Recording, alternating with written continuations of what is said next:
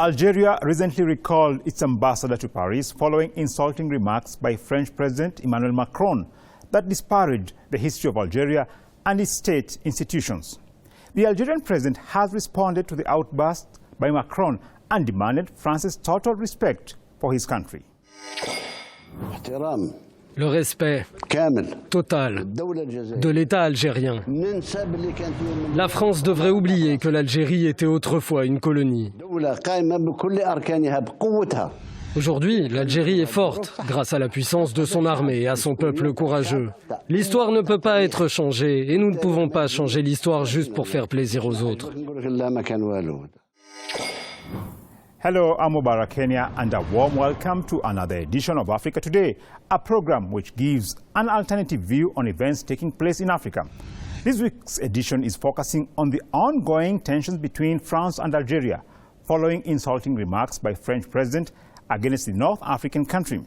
In the second segment of our program, we'll talk about how the United States Military Command for Africa is being used by Washington to loot the continent's natural resources in the name of fighting terrorism. Stay with us till the end of the show and send us your comments as you watch. Algeria rejects interference by France.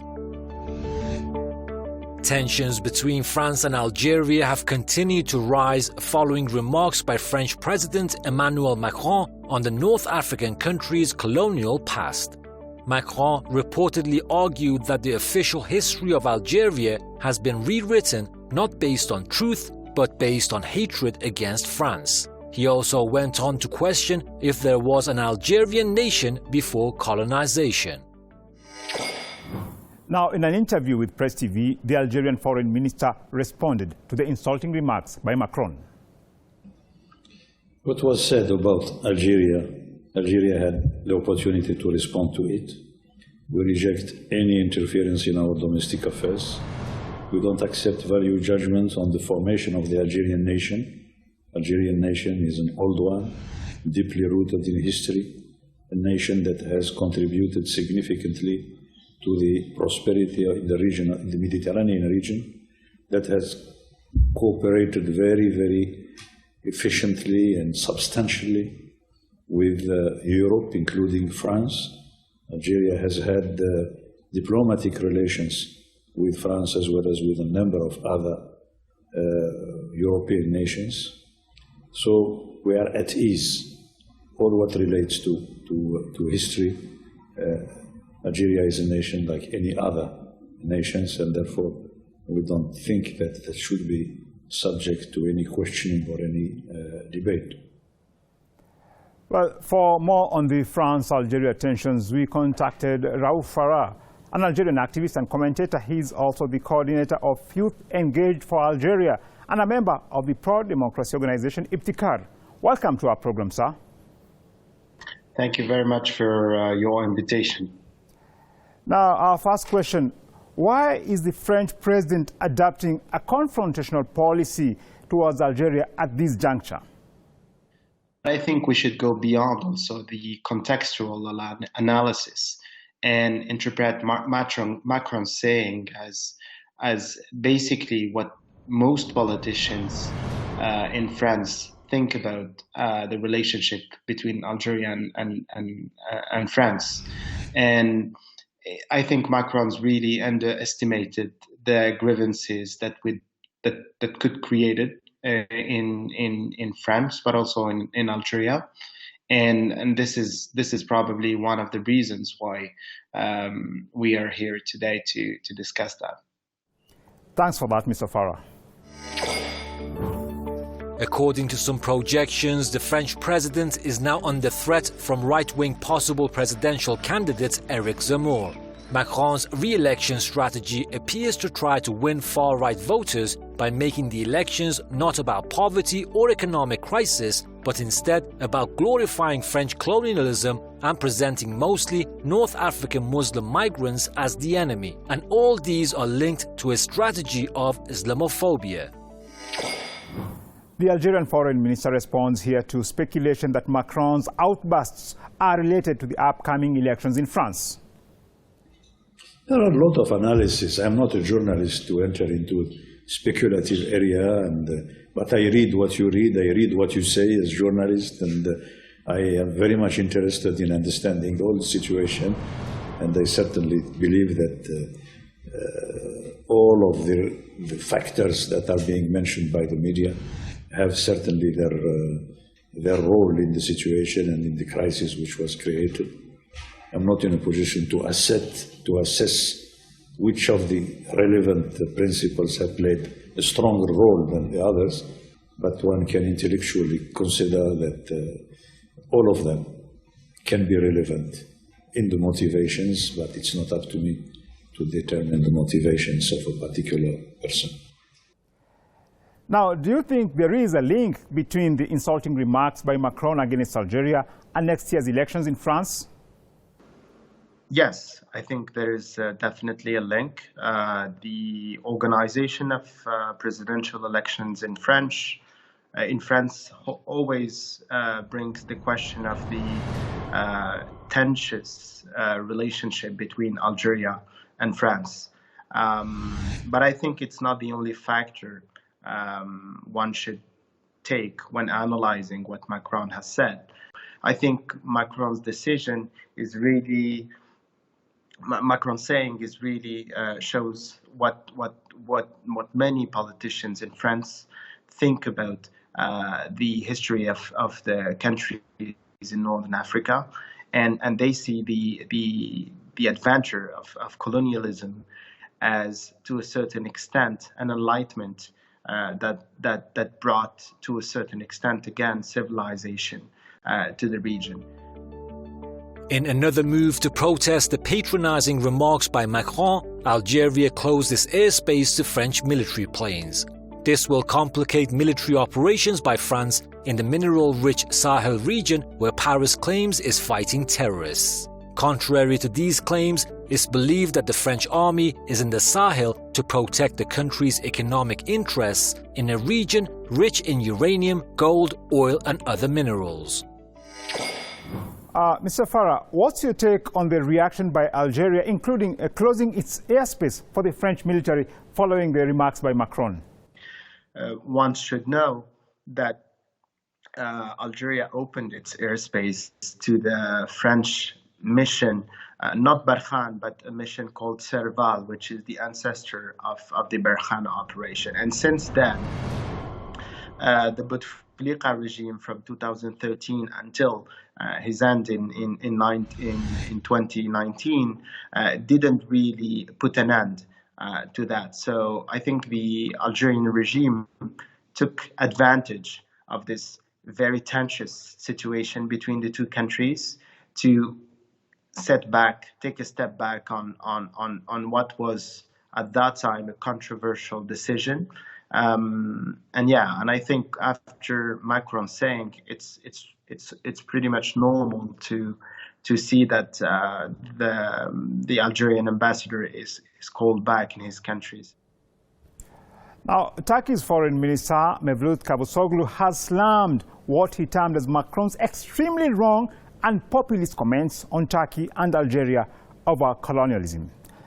Now, Macron negatively mentioned Turkey in his anti-Algeria remarks. Is Turkey's increasing influence in many African countries worrying France?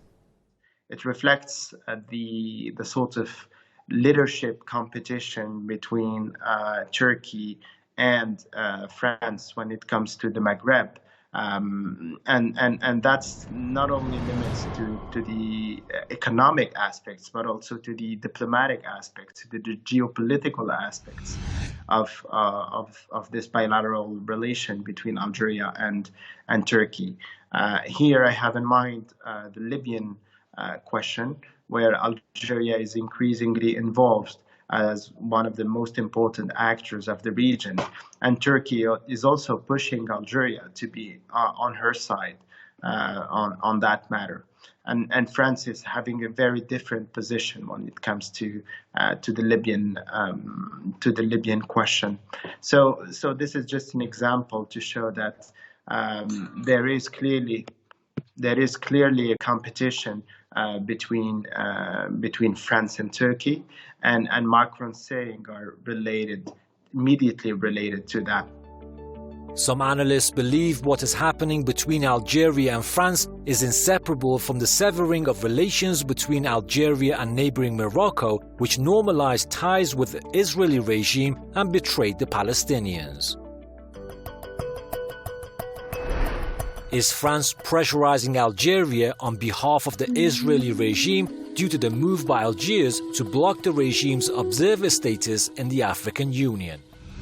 I think Algeria will continue to defend the Palestinian voice within the international fora, including the African Union. And when there will be a chance to lessen an increasing impact of Israel on the continent, it will do so. One of the triggers of the tensions between Algeria and Morocco, because Algeria has also cut its diplomatic ties with Morocco, is the normalization of Morocco relationship with Israel after the signatory of the Abraham agreements. So all these factors are interrelated, and I don't see French pushing in particular for this agenda because they know that overwhelmingly speaking, the Algerian regime remains against anything that comes from Israel. The Algerian foreign minister says he is optimistic that the current crisis with France will also be resolved in the future. Let's take a listen. We have no doubt that the current crisis will be solved in the future, at any given time in the future, bearing in mind and taking into account all the principles, all the interests of the Algerian side. Now, last question. Should we expect further escalation between France and Algeria in future? A tipping point in this bilateral crisis between France and Algeria. So I don't think that it will go further deep, but the consequences of this crisis remain relatively inconsumable in the sense that we don't know the full consequences of that. I think that it won't be limited to the military and to the recalling of the ambassador. There might be also other decisions taken, but these are, I would say, indirect consequences rather than direct decisions taken by the Algerian regime against France. Well, thank you, Rauf, Algerian activist and commentator, for your insight on the current standoff between France and Algeria. Let's now take a short break, and when we come back, we shall focus on the activities of the United States Military Command for Africa. Stay with us.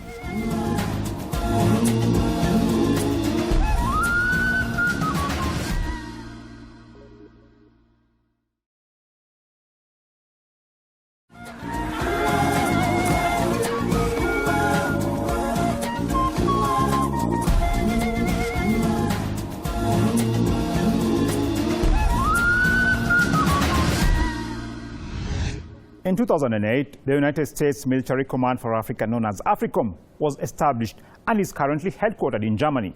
The formation of AFRICOM was followed by a new scramble for Africa, including plans by the US to expand and strengthen its hegemony in this continent.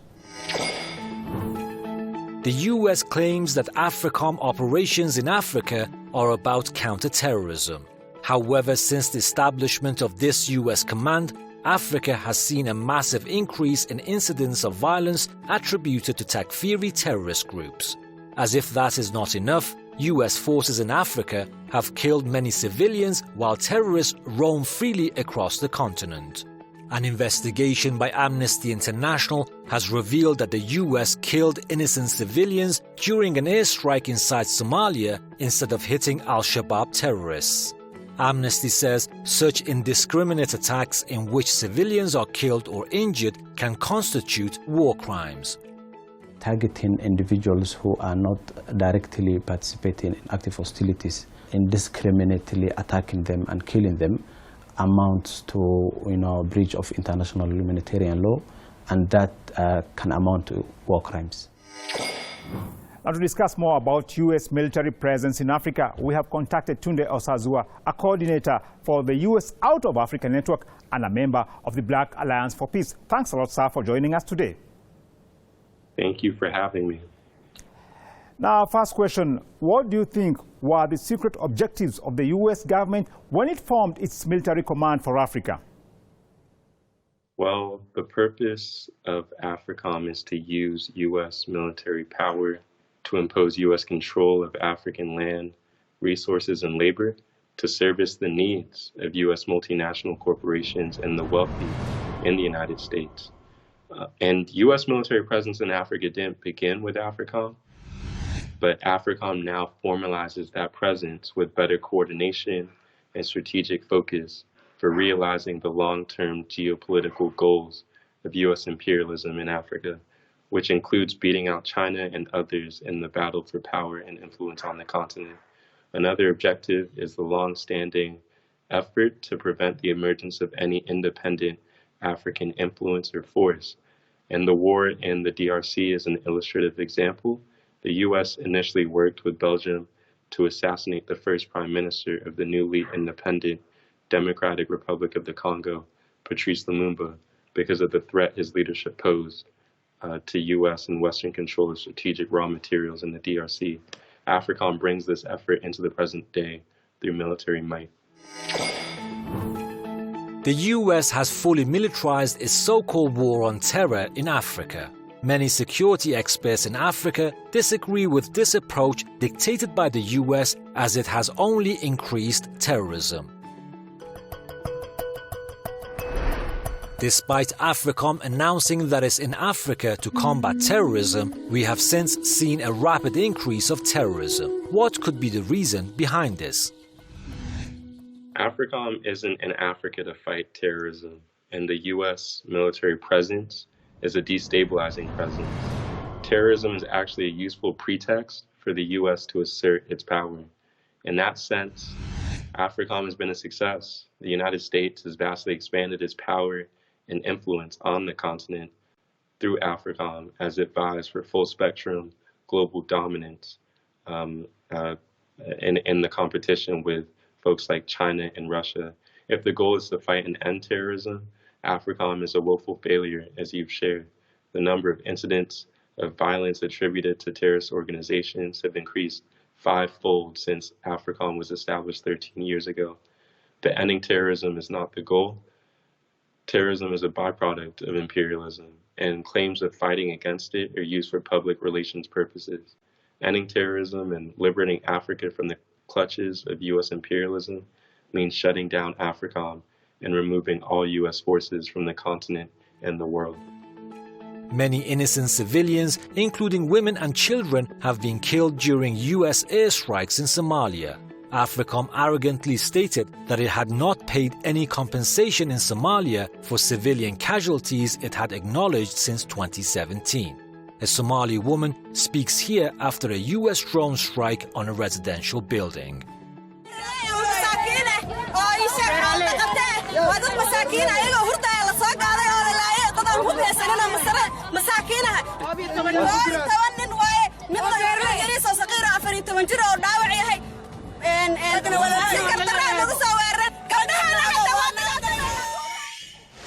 Now, civilians have borne the brunt of AFRICOM operations in Africa, especially in countries such as Somalia, where the U.S. refuses to compensate the victims. Clearly, AFRICOM does not value the lives of African people.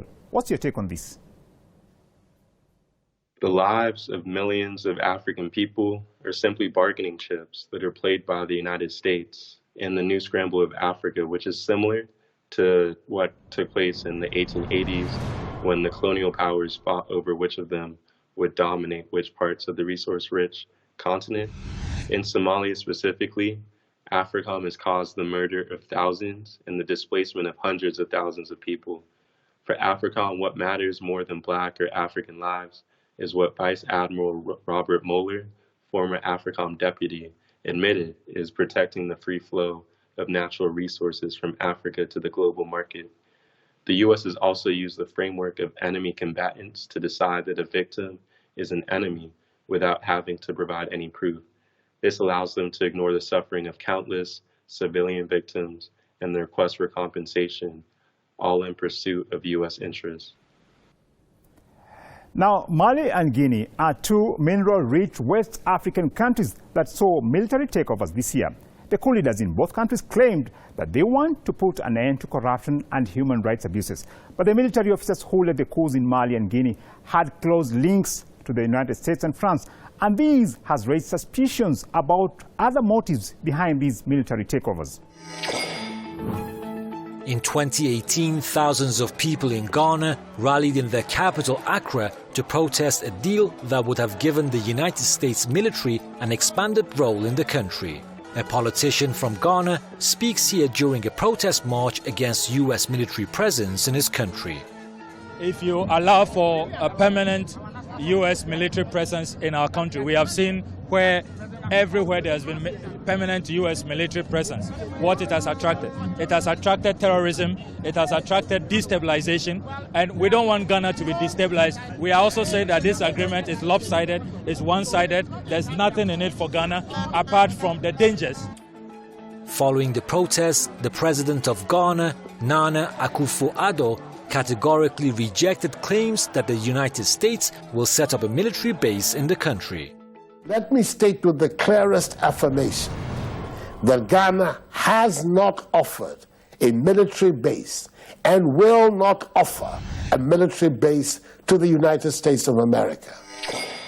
Now, clearly, many people in Africa are opposed to the presence of U.S. forces in this continent. Now, will all the leaders listen to the people and demand complete withdrawal of U.S. forces from Africa?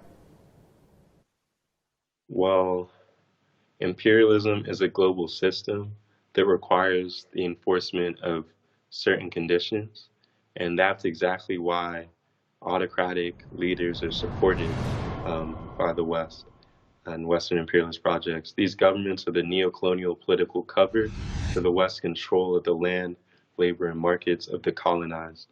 So though many people in Africa are opposed to the presence of U.S. forces in their countries, a mass or popular movement is needed to demilitarize and depose imperialism and militarism on the continent. And that really requires the construction of a mass-based geostrategic vision that prioritizes the removal of AFRICOM and other European military projects.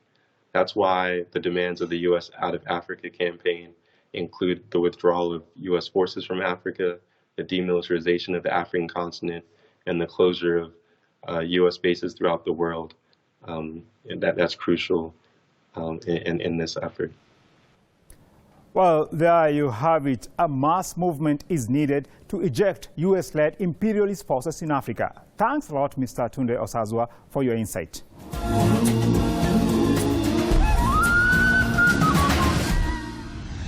Well, that's it for this week's edition of Africa Today. Don't forget to send us your views and comments through our social media handle appearing on your screen. You can also watch this show on our website, presstv.ir. Thanks a lot for watching, and God bless you all.